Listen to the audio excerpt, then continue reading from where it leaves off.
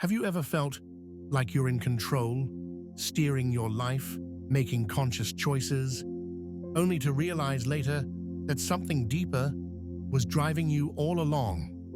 Like there's an invisible GPS inside your mind, one you never programmed, quietly deciding which turns you take, which people you attract, and which mistakes you repeat.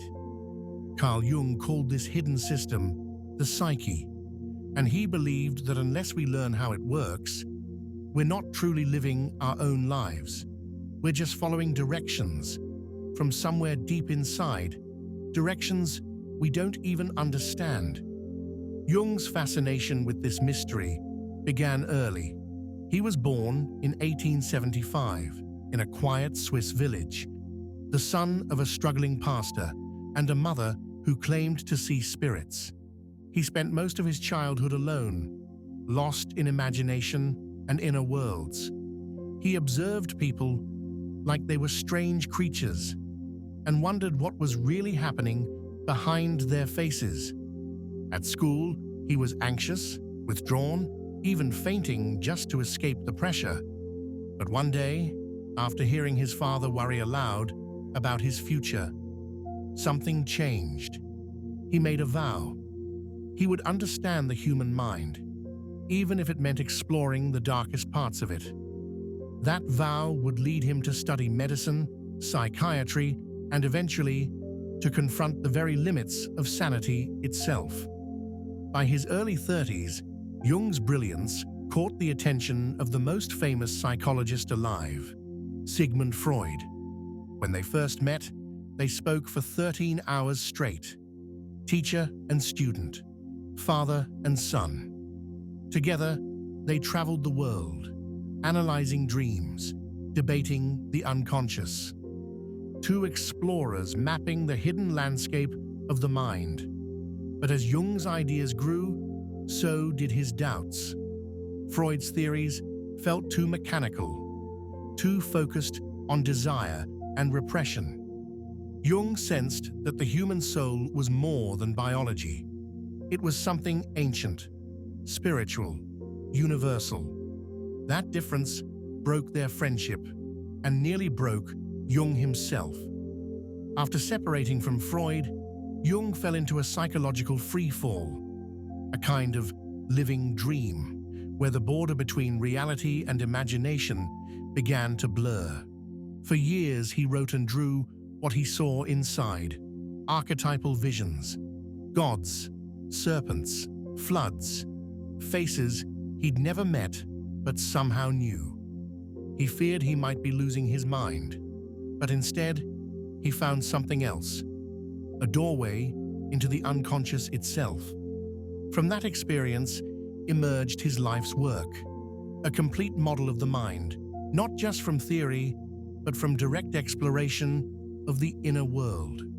Jung saw the psyche as a vast structure made up of three main levels: the conscious, the personal unconscious, and the collective unconscious.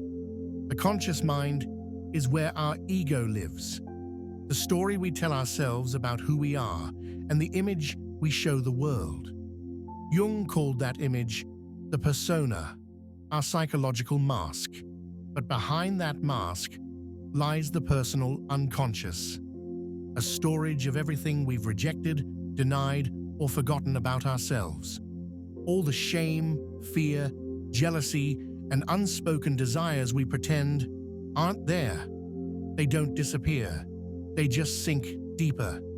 And beneath even that lies Jung's most revolutionary idea, the collective unconscious, a universal layer of the mind we all share, filled with ancient symbols and instincts, patterns of thought inherited from all of human history. He called these patterns archetypes, the eternal characters that shape our dreams, our myths, and our behavior. Among the forces within this vast inner world, one is the most dangerous and the most powerful. Jung called it the shadow. The shadow contains everything about yourself that your ego refuses to accept. Your envy, your rage, your hidden cravings, and your secret potential. It's not just the darkness in you, it's also the strength you're too afraid to claim. And here's the paradox. The more you deny it, the stronger it becomes. Because whatever you repress doesn't die.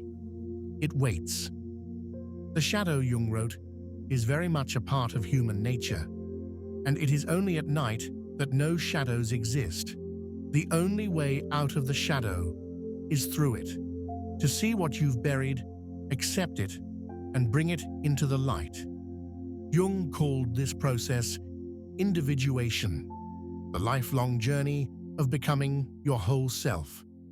It's the act of uniting the conscious and the unconscious, the light and the dark, the ego and the shadow, until you no longer wear a mask.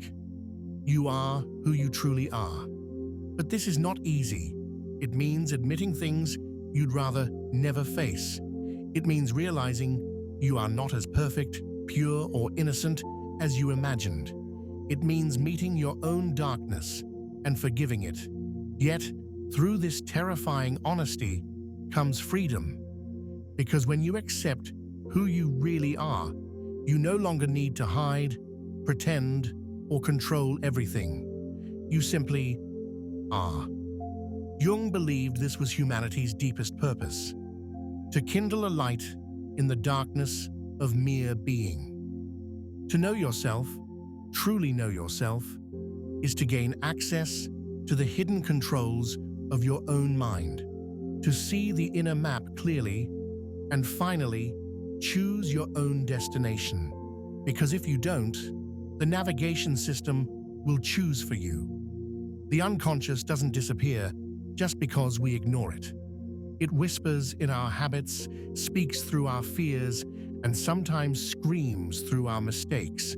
But if you dare to look inward, if you dare to face your shadow, you'll find not a monster, but the missing half of your soul. So, are you the driver of your mind, or just a passenger following directions?